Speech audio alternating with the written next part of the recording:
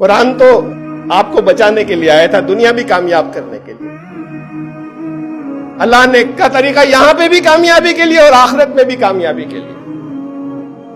جو یہاں پر عذاب میں گرفتار ہوا اللہ کے، وہ آخرت میں کیا کامیاب ہوگا؟ عذاب تو نیک لوگوں پر آتا ہے کیا؟ نیک سمجھتے ہیں اپنے آپ کو، انہوں نے کچھ باتیں سمجھ رکھی ہیں کہ یہ نیکی کی ہے اور کچھ اہم باتوں کو چھوڑ دیا ہے۔ تو اللہ نے فرمایا کہ یہ جو پیس میل میں لوگ ہیں نا، ٹکڑوں ٹکڑوں میں، یہ قبول نہیں ہوگا۔ پورا دین لے لو۔ تم نے صرف کچھ ان کو ہی عبادت کا نام دے دیا، کچھ چیزوں کو ضروری تھی لیکن صرف انہیں عبادت سمجھ لے گیا اور سمجھ لیا دین مکمل ہو گیا۔ افتؤمنون ببعض الکتاب وتکفرون ببعض،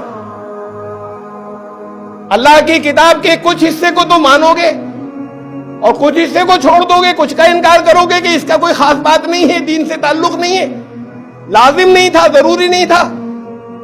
فما جزاء من يفعل ذلك منكم الا خزي في الحیات الدنیا، اس کا بدلہ تمہیں کیا دیا جائے؟ آخرت نہیں، فی الحیات الدنیا، اس دنیا میں تمہیں ذلیل کریں گے۔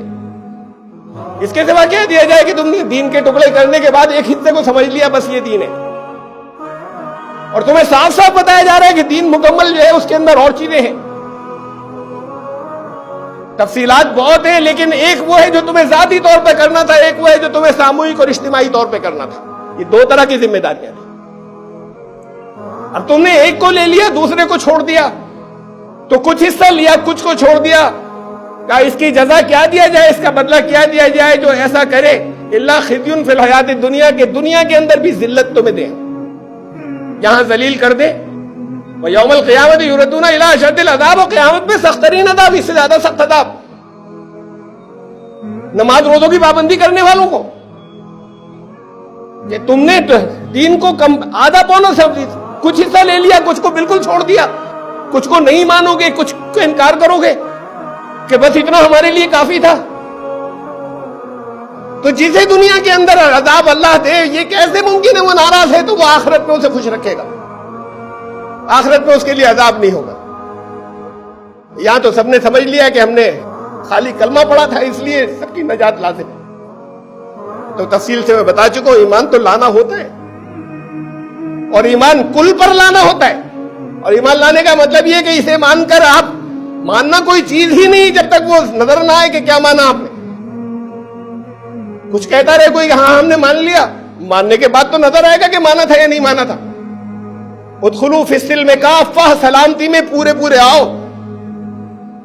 یہ آدھا پونا قبول نہیں ہے، پورے کمپلیٹ آؤ۔ یہ سلم ہی سے اسلام بنا ہے، سلم کا مطلب ہے سلامتی۔ ادخلوا، داخل ہو جاؤ، سلم سلامتی کے اندر داخل ہو جاؤ اسلام میں، کافہ پورے آؤ، مکمل آؤ، ٹکڑوں میں نہیں۔ بہت کروشل وقت ہے، نشانیاں نظر آ رہی ہیں آگے جو کچھ ہونے جا رہا ہے، یاد دہانی کرائی جا رہی ہے، اور آج بھی کچھ کر سکتا ہے آپ میں سے۔ تو اگر اپنے آپ کو بچانا ہے تو شروع کیجئے کچھ کرنا، ورنہ صرف انہیں اللہ کی طرف سے صرف انہیں بچایا جائے گا کہ جو کر رہے تھے لوگوں کو روکنے کا کام، جو صرف اپنے نماز روزے کو دین سمجھ رہے تھے، وہ بھی اس عذاب میں پکڑے جائیں گے۔ اللہ تعالیٰ دین کی سمجھ اور فہم بھی عطا فرمائے، قرآن نے جو حکمتیں دی ہیں اسے بھی سمجھنے کی سمجھ عطا، اس کی سوجھ بوجھ عطا فرمائے، اور ہم سمجھتے رہے، ہماری سمجھ سے کچھ نہیں ہوتا۔ ایک دیا ہے، ایک چارٹر دیا ہے، ایک مینیفیسٹو دیا ہے، اس کو الگ ہٹانے کے بعد ہم ادھر ادھر سے لوگوں سے لیتے رہے کہ کیا صحیح ہے کیا غلط ہے، کیسے نجات ہو جائے گی، کیسے نکل جائیں گے، دوسروں سے لیتے رہے۔ یہاں ہر ایک کے پاس رکھا ہوا ہے گھروں کے اندر، اس کو آپ نے جزدان میں لپیٹ کے چوم کر اوپر رکھا ہوا ہے، اور خالی چوم کر اتارنے کے لیے